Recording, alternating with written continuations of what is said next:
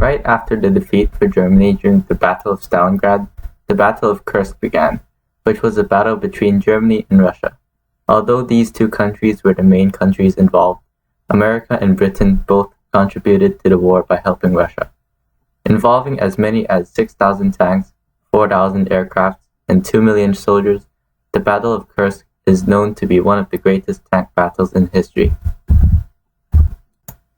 In July 1943, Germany decided to launch a surprise attack against the Red Army at Kursk. The Germans' goal was to pinch off a large salient in the Eastern Front that extended 17 miles towards the west. Germany had a strategic plan of attacking Russia from all sides, but unfortunately for Germany, the Red Army found out about their plans and had prepared themselves for it. By the time Germany decided to carry out their attack, the Soviet factories were geared to maximum production and were able to replace any tank and aircraft quickly. Germany, on the other hand, were unable to replace their tanks as they were not efficient enough, and on top of that, America and Britain had started bombing Germany factories. Russia, along with their highly effective tanks, had 10 times as many aircraft as the Germans had to start with.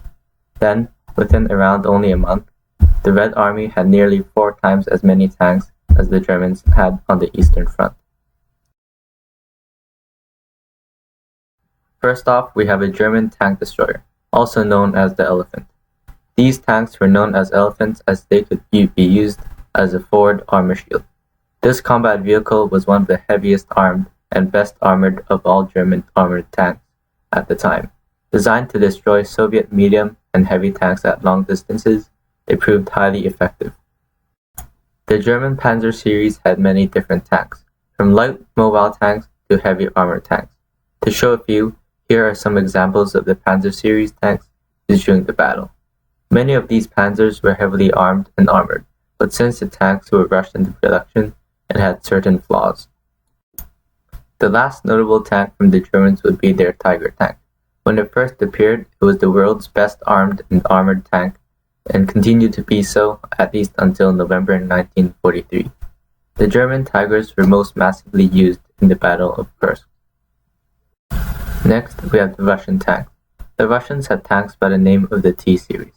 The most notable of the T-series tanks would be the T-34s. The T-34 was the Soviet medium tank and was the most widely used medium tank during the Battle of Kursk. The last tank of the Russian army were the Su-152s.